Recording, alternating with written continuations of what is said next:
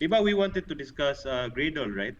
Yeah, bye. So how did so with Mr. Griddle, kanang unfortunately when you guys started Mr. Griddle, I was already like kanang it's hard for me to go to gigs, no? Mm-mm. Yeah, I Kanang understand. Yeah. yeah, you understand. I don't need to explain myself. Yeah, So yeah, yeah, yeah. but but when I did get to go to a gig, I finally went like the last few months that you guys were holding gigs. Mm. I think I went two or Correct. three Yeah. times. Unya, Yeah. ambot ba like nindot ki siya vibe. Like it really had a very distinct nice vibe. It didn't feel like kanang murag.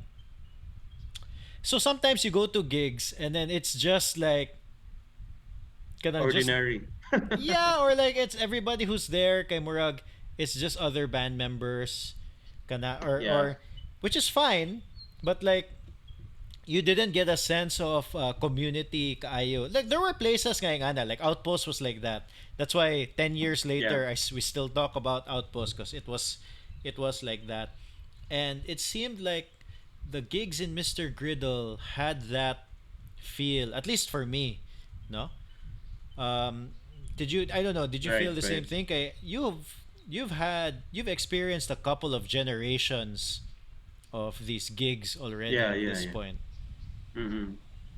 Yeah. True. By like it was a very collective. It was a collective feeling that we had, like like the passion from the musicians, and of course like the support that we had from the owners, Hmm. Hannah And lore. and Lawrence. I kept telling myself, you can't you'll never find a place good enough unless if the owners are open enough to the type of music, or like Hannah and Lore. Lawrence. Hmm. Yeah, they go to concerts. They actually fly just to watch, concerts, and that they were that type.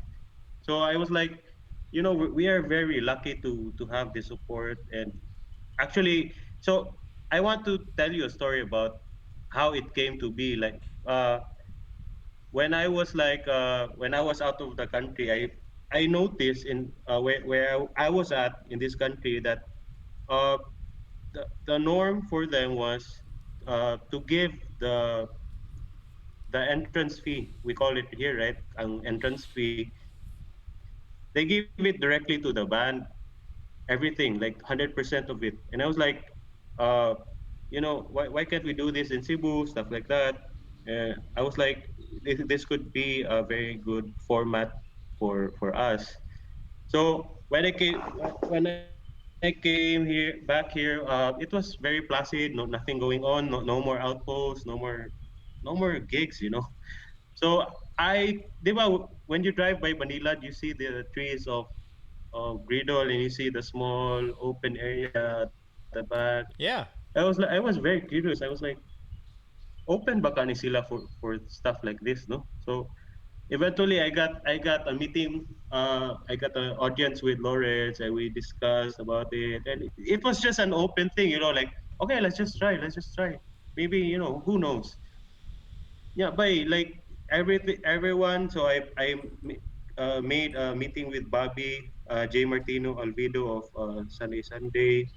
And Bobby is a very passionate guy for music. He has connections to all the bands. And you know what? I had my I had my music equipment and sound system just in the garage, stuck up. That's why I wanted to look for a place, because I was like, I could do setup, and we could do it in over the weekends. You know, so I did a meeting, and everything was on, and then before we knew it, it grew like mushrooms, man. Like uh, we would post a gig on Wednesday for the upcoming Friday the same week, and we would have an outcome of maybe 80 to 100 people, sometimes more. I was like, what the? And all proceeds, all the entrance fees uh, at Griddle was given to the artist. And I like this format. I want to expound on that because the artists actually, uh, you know, they get. I said, the artist actually asks, uh, is the one who dictates the entrance fee. So I would say, uh, the artist should know how much they're worth. If they say 10 pesos per head because they're still new, if they say 100, if they can pull it off, why not? Because at the end of the day, the challenge should be given to the artist, not the bar. Mm. And diba? Like, you should challenge. So the water becomes more challenging and not placid, and the artist becomes challenged, is pushed to do more. So, You know, so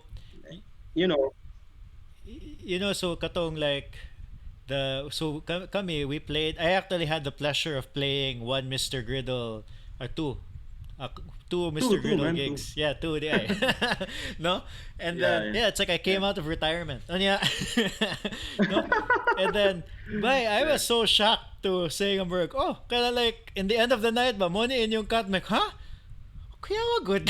You know, it was so foreign at the time. And then like, so we talked a little bit about Outpost, but one criticism from Outpost is that they never did that. No, they never Yeah, did yeah, that yeah. whole. And then it's arguable that kanang it might have.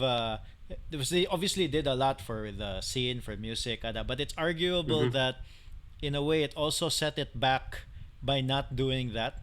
No, okay, just having. Yeah, I mean, it wasn't a lot. Like you can't make a living out of it, but there was, kanang even if it's just a little, it makes a huge difference. Kanang once you pay the bands, no, once they correct, receive correct, hard cold cash, no. correct. Yeah. Um, because the the normal trend is, for example, in a scenario, if there was no one in the bar, the band would say, let's just perform anyway. We're getting paid. So there's Mm. no passion, man. Diba? Uh, but if you give all the entrance fee to the band, they would invite and they would practice their asses off because they'd say, you know what, we're asking for 70 pesos per head for this. We have to perform well. So see the difference. So yeah. Oh yeah, So well, oh I'm sure. Although I can't like when we played there when I played there I my mindset was like I haven't played in years, so oh, you guys, you guys, I was very nervous. you guys were rocking, man. Oh, it was You super rock. You fun. rock It that was place. super Yeah, yeah, fun. yeah. It was really fun. Pero it was kadang wow, like it was a really really good environment. And I also think it's possible that you guys got a lot of traction right away because there really was kanang a hunger for that type of gigs at that time, especially I think. That's No? the correct word. Yeah, yeah. The musicians were really hungry, um, and I think there's a total shift in how we see originals nowadays, because like back in the 90s when you play your originals, what happens next is you're given a paper and they would request Eagles or Mm. stuff like that. Like, nowadays, you get a lot of praises when you do your originals, and people are getting more competitive with the advent of technology, streaming. We get to see a lot of tutorials over the internet. Yeah, so yeah, it's a good time, man. It's a good time. I think it's a good time, except for this pandemic. But Yeah. it's a